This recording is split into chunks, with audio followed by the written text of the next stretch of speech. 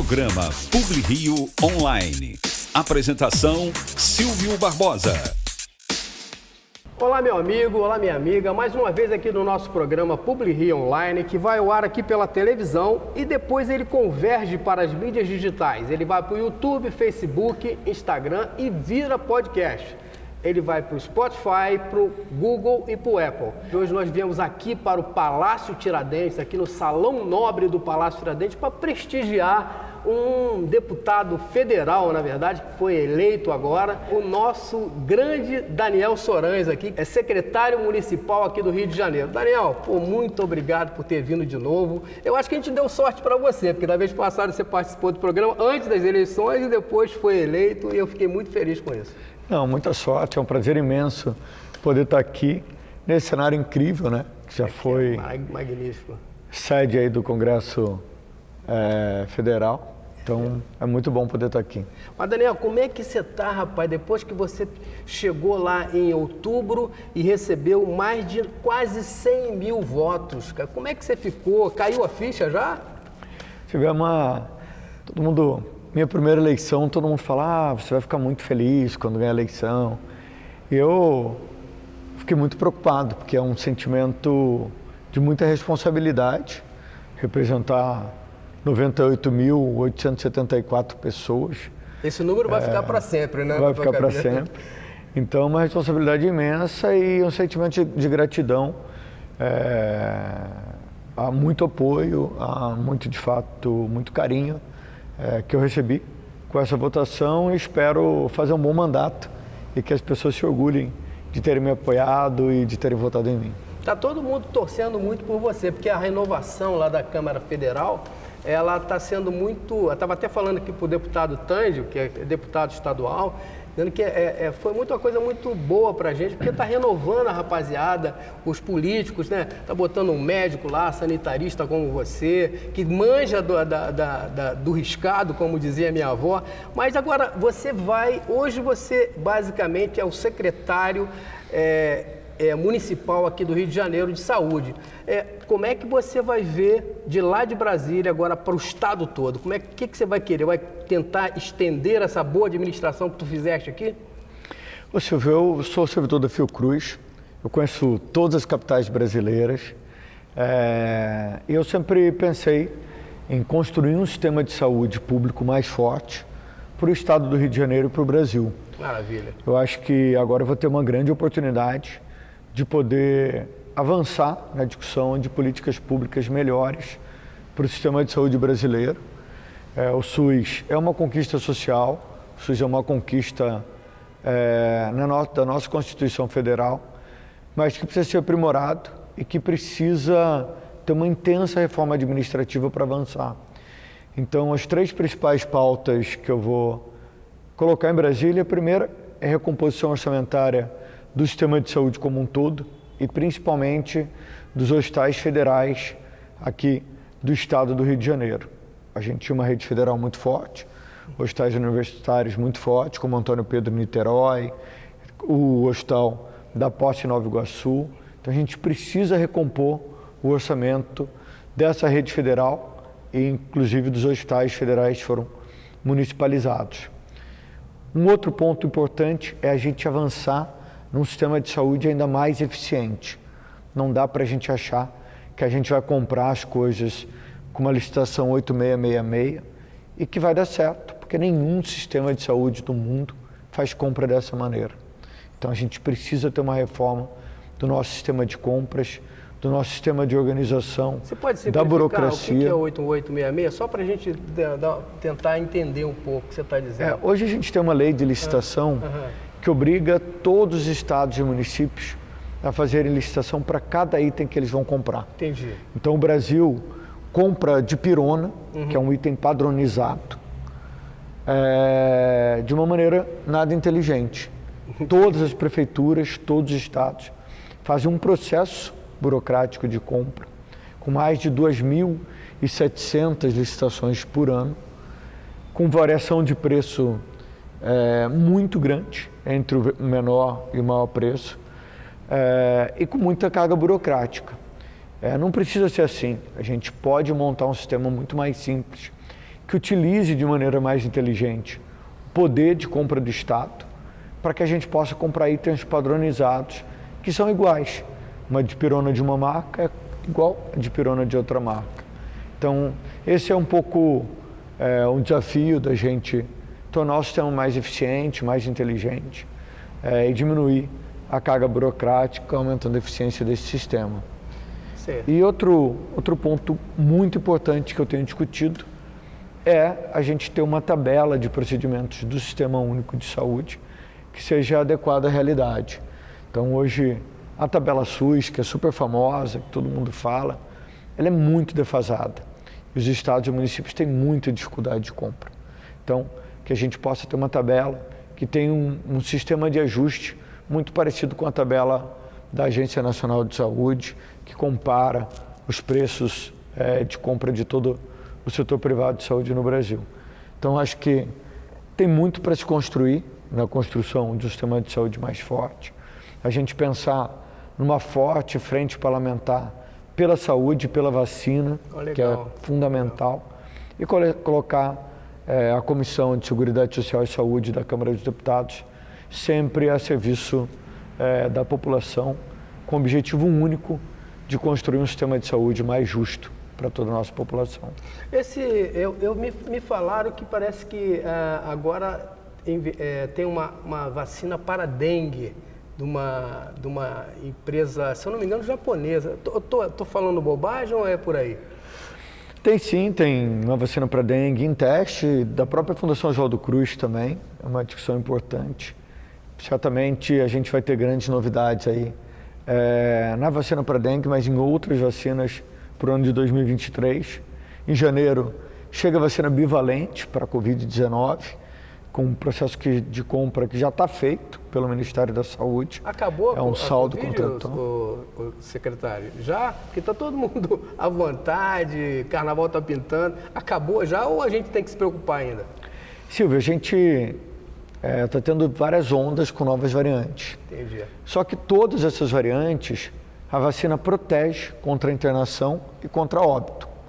2 doses de vacina dão uma proteção de 27 vezes.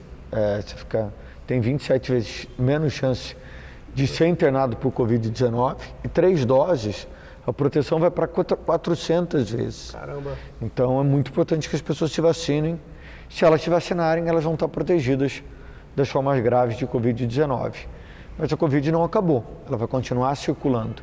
Enquanto a gente não conseguir uma vacina que impeça completamente a transmissão, a Covid continua circulando. Mas o senhor é pesquisador e eu também sou. Mesmo com essa outra cepa que está pintando aí, isso não, de repente essa vacina ela foi feita especificamente para aquele tipo de cepa e não para essa outra variante que existe. Como é que fica isso, secretário, o senhor que manja do riscado? O comportamento da vacina de Covid-19, ele se comporta muito parecido para todas as subvariantes e variantes da Covid. Então, ela se comportou muito parecida com a variante Ômicron, com a variante Delta, com a subvariante da Ômicron, a BQ1. Então, esse comportamento da vacina tem uma coisa ruim, que ela não impede a transmissão, mas tem uma coisa muito positiva, que ela te protege das formas mais graves de Covid-19. Te protege de internação e de óbito, que já é um grande ganho. A expectativa de todo mundo é que em algum momento a gente consiga uma vacina que impeça a transmissão. Isso não acontece até hoje com a gripe comum, com a gripe sazonal, com a influenza, com a H1N1, que todo ano tem uma nova cepa, uma nova variante e precisa se dar uma vacina diferente para proteção. A gente espera que em breve a ciência avance ainda mais e a gente consiga uma vacina não só para a Covid, mas também para a gripe, que impeça a transmissão de qualquer tipo de subvariante. Mas, secretário, você vai lá para Brasília, a gente vai ficar com saudade de você e será que o prefeito vai botar um secretário também tão competente assim quanto você? O prefeito conduz a prefeitura com muito carinho, com muita determinação. A gente tem uma equipe muito grande lá de profissionais que tocam a Secretaria de Saúde. Quando eu fui candidato, a gente teve um secretário incrível, que foi o Rodrigo Prado, uma escolha do nosso prefeito, que fez um trabalho magnífico, inaugurou a primeira etapa do centro de especialidade que a gente estava planejando. E certamente o prefeito vai saber fazer a escolha correta. E eu, obviamente, vou continuar ajudando ainda mais a saúde pública carioca com mandato de deputado federal. Mais macro, né? Agora, me diz uma coisa, e como é que a população do Rio, você vai para Brasília e fala, o Sorange está em Brasília, como é que a população vai conseguir falar com você lá via rede digital, como é que é? É isso, a tua relação com a população do Rio? Eu montei um ótimo canal de comunicação com as minhas redes sociais, também com o meu WhatsApp e também na minha página na internet, danielsorange.com.br. Então a minha página de internet e as minhas redes sociais estão sempre disponíveis e espero que vocês possam acompanhar um pouco mais do nosso mandato, dar dicas, sugestões, conselhos, que isso é muito importante. Afinal, o mandato também é de vocês, os deputados representam o povo na Câmara dos Deputados. É verdade. Então, contem comigo aí para essa representação. Agora eu vou trazer aqui, não sei qual é teu time, mas eu vou trazer aqui o que foi o presidente do Flamengo, né? O que fez uma excelente administração, porque o Flamengo hoje só é Flamengo porque teve Eduardo Bandeira de Mello e Fred Luiz à frente desse excelente time lá na Gávea. E ele agora foi também eleito deputado federal, o Eduardo Bandeira de Mello, e vai fazer uma pergunta para você. Vamos lá. Olá, meu amigo Silvinho, tudo bem? Prazer enorme estar participando de novo do seu programa. Daniel, você é um especialista em saúde, né? Você foi criado pela Fiocruz, né? Você tem essa experiência como secretário municipal. Eu queria fazer uma pergunta sobre um outro aspecto da saúde. A saúde como vetor de desenvolvimento, como vetor de recuperação econômica do Rio de Janeiro. A gente sabe que o nosso Rio está num processo de estagnação econômica já há muito tempo. E como que você imagina que a saúde pode contribuir, o complexo industrial de serviços da saúde pode contribuir para a gente sair dessa encrenca? Valeu? Grande abraço. Super presidente. Eu sou flamenguista, óbvio, né, Silvio? Pô, esse defeito teu eu não sabia. Não, isso não é um defeito. Isso é uma virtude, né? É uma virtude. Mas, Bandeira, é isso, né? A saúde ela não é só a prestação de serviços para a população, ela é muito mais complexa do que isso. Tem um grande complexo industrial de insumos de saúde, de serviços de saúde, que sustentam todo esse ecossistema produtivo. Então é muito importante, Silvio, que a gente tenha um planejamento a longo prazo de avançar também no nosso complexo industrial. O Rio de Janeiro já teve grandes indústrias farmacêuticas, teve um polo de produção de medicamentos em Jacarepaguá, mas isso foi se perdendo ao longo perto da Merck, por ali, né? Exatamente, por isso que chama Merck. Então, é um desafio do Ministério da Saúde e do novo governo. Eu fiz parte agora da transição do governo Lula, porque existem desafios a curto prazo, que é recompor a rede federal, que é vacinar a população, que é recompor o repasse para os municípios e estados, mas tem um desafio a médio e longo prazo, que é estruturar um complexo de saúde sustentável. O que a gente viu na pandemia de Covid-19, que a gente vê até hoje, é uma total falta de planejamento de médio e de longo prazo. A gente precisa investir nas nossas fábricas de vacina e para o próximo ano a Fiocruz avança muito na fábrica de vacina lá em Santa Cruz. A gente precisa estruturar a iniciativa privada e dar condições e em alguns momentos financiar a iniciativa privada para que ela possa produzir determinados tipos de insumos que são essenciais para o sistema de saúde e estruturar a indústria de base para que a gente possa garantir medicamento e insumo para todo mundo que precisa. Hoje, quando uma mãe vai num posto de saúde e recebe uma prescrição de determinado antibiótico, muitas vezes ela não consegue esse antibiótico, nem no posto, nem na farmácia, porque não tem produção nacional, porque porque a gente não consegue importar. Não pode ser assim. A gente precisa garantir que esses insumos sejam produzidos e que a gente tenha um medicamento em estoque. Aconteceu no Brasil um desabastecimento gravíssimo de um antibiótico dos mais antigos do mundo, que foi a penicilina benzatina. Isso dificultou o tratamento de sífilis, aumentou o número de casos de sífilis neonatal e a gente não pode deixar que isso aconteça. Então, é um desafio também para o próximo governo estruturar esse complexo industrial bandeira. Esse que você coloca é fundamental para um planejamento de médio e de longo prazo no Sistema Único de Saúde.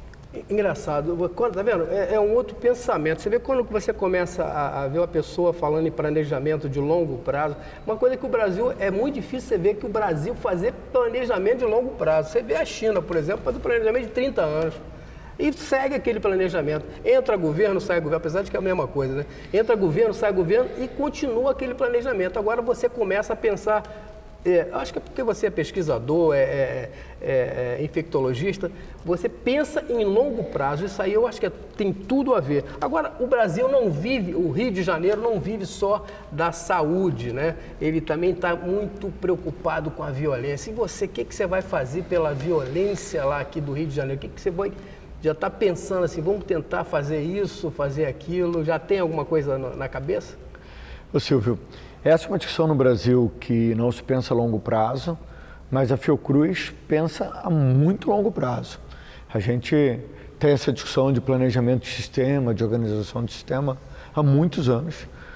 O meu doutorado em epidemiologia já falava um pouquinho da importância desse planejamento.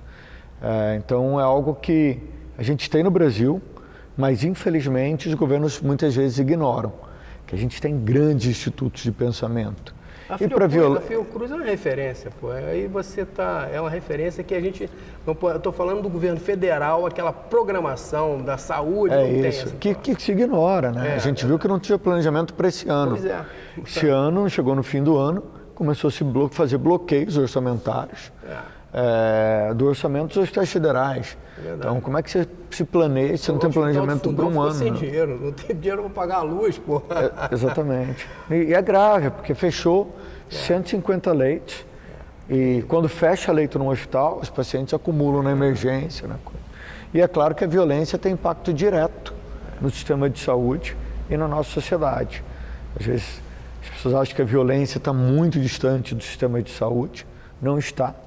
Então, a gente pensar num bom cuidado materno-infantil, pensar em processos de educação e saúde, investir na educação da população é a melhor forma da gente impedir situações de violência. Nos países em que os índices de violência são menores, a escolaridade é maior. Então, essa é algo que a gente precisa planejar e começar a trabalhar. A gente não pode querer só tratar o problema, que precisa ser tratado, lógico, mas sem tratar as soluções de base, né? Eu acho que o Congresso Nacional tem esse papel das soluções de base. Sem dúvida nenhuma, alguns temas de violência urbana e da ação das nossas próprias forças de segurança precisam ser replanejados. A gente não pode ver o que está acontecendo na cidade do Rio de Janeiro hoje e tapar os olhos. Hoje a cidade do Rio de Janeiro, e a Baixada também, muitas cidades do nosso estado, tem áreas de domínio do tráfico. É verdade. A gente não pode... Milícias e tudo mais. E da milícia, a gente não pode naturalizar isso. A gente teve alguns bons exemplos de intervenção militar na cidade do Rio de Janeiro e no estado. Então, rediscutir esse papel das nossas forças de segurança e, de fato, se a gente precisar e achar que é necessário, apoiar essa intervenção que muitas vezes salva muitas vidas e consegue garantir um processo de transição entre o domínio do tráfico e o retorno ao domínio para o Estado. Mas olha só, Daniel, a gente está basicamente terminando e eu queria te fazer uma pergunta, porque eu fiz a Benedita, a sua colega lá, deputada federal, que já pelo 7º mandato, se eu não me engano, a gente falava sobre a polarização que existe no nosso governo, ainda no país inteiro, na verdade. Como é que fica essa situação? O presidente entra e ele vai governar para uma parte da população ou vai ter que governar para toda a população brasileira? Ô Silvio, eu fiz parte nomeado pelo presidente Lula da Comissão de Transição. E uma das principais coisas que eu coloquei na Comissão de Transição é que a gente não pode, de maneira nenhuma, fazer um governo que olhe para trás e um governo de ressentimentos. Eu vou ser deputado federal com o objetivo de agregar as diferentes visões da população do nosso estado e representar essa população. Não sou um deputado que vai defender só as pautas das pessoas que me elegeram. Não pode ser assim. É muito importante que a gente monte um sentimento de união no Brasil. É muito importante que a gente escute o outro e entenda que o outro é diferente, que não é o nosso inimigo. Entender que a eleição acabou, não tem mais eleição. É um Brasil só. O processo eleitoral foi finalizado. A gente tem um único Brasil e se a gente não se unir enquanto nação, a gente não vai avançar. Os americanos fazem isso muito bem. O Joe Biden fez um discurso incrível que eu me inspiro muito quando ele entregou a presidência da República Americana, que fala claramente da importância de se olhar o diferente, de se entender o diferente. Não é quem ganhar a eleição espizinhar quem perdeu, não é quem ganhar a eleição governar só para quem ganhou. E esse é um desafio que precisa ser exercitado por qualquer governo. É verdade. E se o governo do presidente Lula, o governo do governador Cláudio Castro, do prefeito Eduardo Paes não entender isso com clareza, a gente vai ter muito mais dificuldade de avançar. Eu, como deputado, pretendo ter a mesma atitude que eu tive como secretário de saúde ao longo de muito tempo na cidade do Rio de Janeiro. Vocês nunca me viram na pandemia polarizando para a esquerda ou para a direita ou fugindo das evidências científicas para dar razão a um grupo ou a outro grupo. Se a gente trabalha com dados, com número, com evidência, a gente tem muito menos chance de cair em discursos ideológicos e que não levam o Brasil a lugar nenhum. É muito perigoso discursos ideológicos, fanáticos, que causam muito problema. Coisa que não tem nada a ver, né? Não, é gravíssimo. Você viu o uso da religião nessa eleição, falando, fulano vai fechar as igrejas, ou ciclano é o candidato das igrejas. Isso não é verdade. A religião é muito mais do que isso, ela é muito mais do que um presidente, do que uma eleição. Então, se a gente não separar as coisas e não tirar esse fanatismo político, a gente não vai avançar. Os políticos estão no governo para prestar serviço à população e para, de fato, fazer a nossa sociedade evoluir. Não para serem idolatrados ou para serem, ou não para estarem acima do bem e do mal. Então, eu acho que é um pouco essa a minha maneira de atuar. É um pouco isso que eu pretendo levar para a Câmara. Se o presidente Lula fizer um bom governo, a gente vai estar junto, vai estar sempre apoiando as iniciativas positivas, e se fizer um mau governo, a gente vai criticar e vai falar o que de fato, mas sempre utilizando dados, evidências, sempre tentando deixar muito claro que o objetivo final é a população do nosso estado. E o bem comum de todos, né? Eu quero já te agradecer a tua presença aqui no nosso programa. Trouxemos você aqui no Palácio, né? Aqui no Palácio Tiradentes, aqui no Salão Nobre, para te parabenizar por esse montão de quase 100 mil votos. E que você, a casa continua sendo sua. O dia que você quiser fazer, de repente, mensal ou trimestral, um panorama do que você está fazendo lá na Câmara Federal, está na sua mão aí. Tá bom? Grande abraço para você, saúde, obrigado, sorte aí, que tudo corra bem. E parabéns pelo teu trabalho aqui no Rio. Super obrigado. Um grande abraço.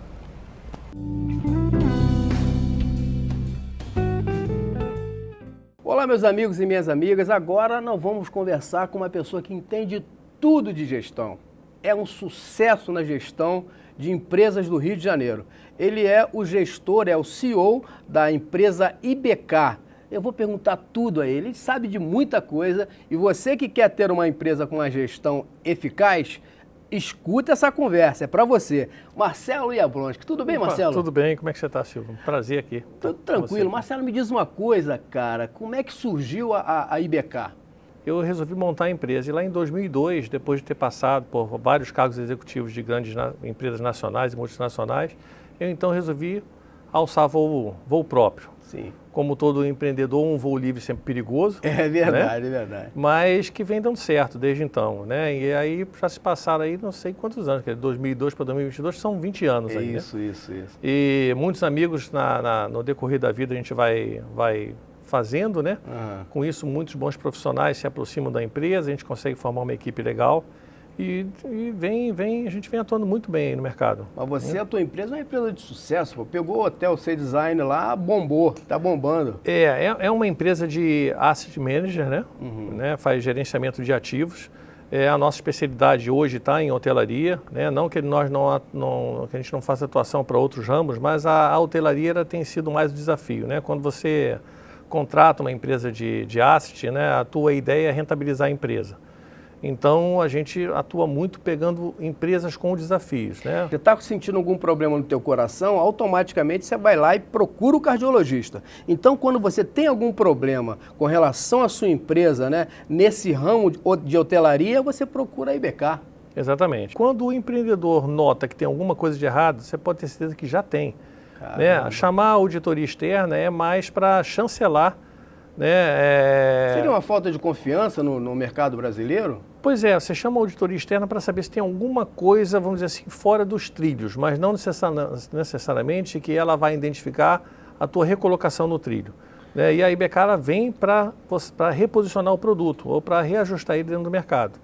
E para isso a gente não só consegue fazer o diagnóstico de onde estão os pontos falhos da empresa, como também recomendar ações para que ela volte a uma posição competitiva. Uma posição competitiva. No trilho, né? Nosso negócio é ter a certeza de que eles vão gerar a rentabilidade que eles esperavam quando criaram aquele sonho. A gestão cria, né? Que é a criatividade, resiliência, inovação e ativos intelectuais. Eu queria saber tudo sobre isso. E você é um expert no assunto. Nós aqui, a gente tem uma tendência sempre a vender a prática. Né? E a nossa prática é justamente esse reflexo que nós adquirimos no mercado. A gestão CRI, ela veio como uma referência para a gente estar podendo criar aí os principais valores da empresa, né? Para que a gente possa misturar ela com a missão, né? Enfim, com o objetivo geral da empresa. Então, assim, CRIA significa criatividade, né? Que é importante hoje no mercado você se reinventar todos os dias, senão você não consegue fazer um diferencial competitivo para que você possa realmente criar um destaque dentro do seu segmento. A resiliência, porque nós atuamos dentro de um mercado onde eles são influenciados o tempo todo por fatores internos e externos da economia, da política, do mundo em geral, né? Tudo afeta. Né? A inovação, né? Que eu hoje falo muito de intensidade, né? Você precisa estar intenso, né? Dentro do seu mercado, você precisa respirar aquilo. Existe uma diferença entre empreendedor e empresário, né? E a gente precisa fazer com que a intensidade seja um marco para que isso dê resultado. E nada disso funciona se você não tiver uma equipe com um ativo intelectual, que é a última letra aí do CRIA, né? O ativo intelectual de sucesso hoje, ele é um patrimônio, né, da empresa, né? Hoje você não basta você ter uma empresa bem estruturada com relação à parte patrimonial, se você não tem a parte intelectual muito bem definida, com todos os procedimentos, com todas as normas, com todos os diferenciais competitivos que cada departamento e perfil precisa gerar para o sucesso da empresa. Então, o nome CRIA ele veio com essa ideia. Sabe que aquele papa da administração, o Idelberto Chiavenato, né, que escreveu vários livros sobre administração, né, um cara mais conceituado que a gente tem na graduação, apesar de que o pessoal da pós-graduação não gosta muito de usar os livros do Chiavenato, mas muita gente usa na graduação o livro do Chiavenato, que é um excelente escritor, né, e sabe tudo. E ele começa a falar com relação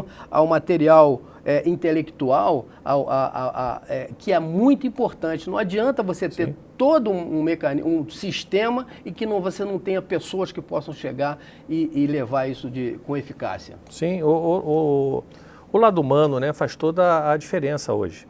A relação humana direta, a criação da empatia, você identificar quais são as dores das pessoas que estão se relacionando com você, faz uma total diferença no fechamento de um negócio. A pessoa precisa ter a confiança, saber que está entregando um negócio onde ela mais conhece a um especialista que está entendendo como curar a dor do negócio, mas de uma forma sistemática, de uma forma que traga a segurança através de uma apresentação de um cronograma, de um plano de negócio que possa ser ajustado a todo momento por aqueles que vão dar sequência, né?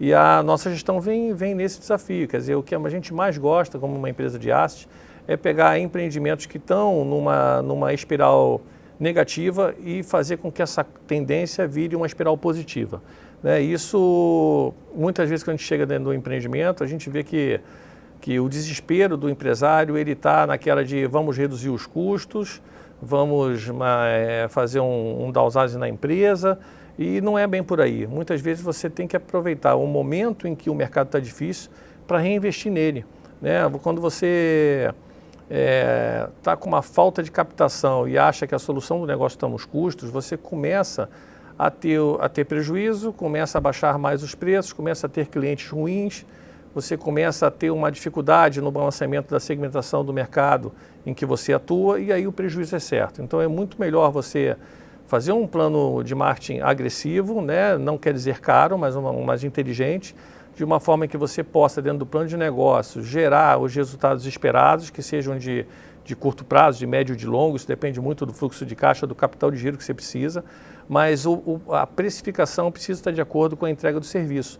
Com isso você tem clientes bons, né? Logicamente você consegue fazer com que os preços sejam mais condizentes. Com os preços condizentes, você também consegue investir no ativo intelectual de uma forma que ele consiga superar as expectativas de quem está te comprando, e o lucro é certo. Agora, para isso, você precisa ter criatividade, resiliência, intensidade e um time de ativos intelectuais que tem o mesmo fundamento que você. E mais ainda, se você não tiver uma empresa como a IBK, de repente você não consegue mensurar o que está rolando na tua empresa. Então, Marcelo, eu quero aproveitar e pedir a você, antes da gente terminar, pedir a você que, na verdade, tem algum item que ficou faltando falar?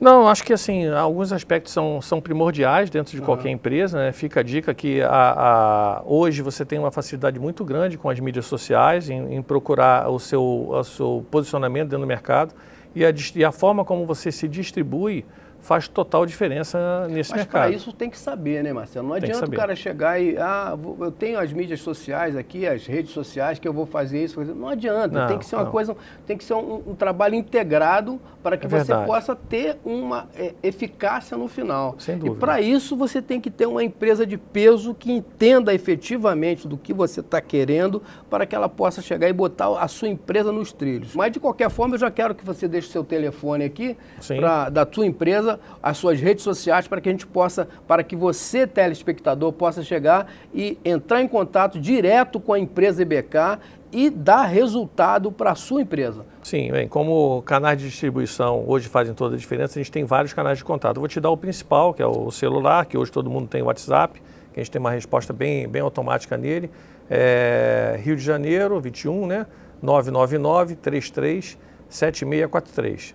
Fora as mídias sociais que a gente atende também, né, online. Agora, Marcelo, eu fiquei sabendo, rapaz, antes da gente finalizar, eu fiquei sabendo que tem uma feijoada lá no C-Design, que é o bicho, como diz o outro, que é maravilhoso, que é uma delícia aquela feijoada. Tudo que a feijoada tem, feijoada sem pé e sem orelha, como diz o outro, que eu só gosto de feijoada sem pé e sem orelha. Mas tem gente que gosta com pé e com orelha. É sucesso a feijoada lá?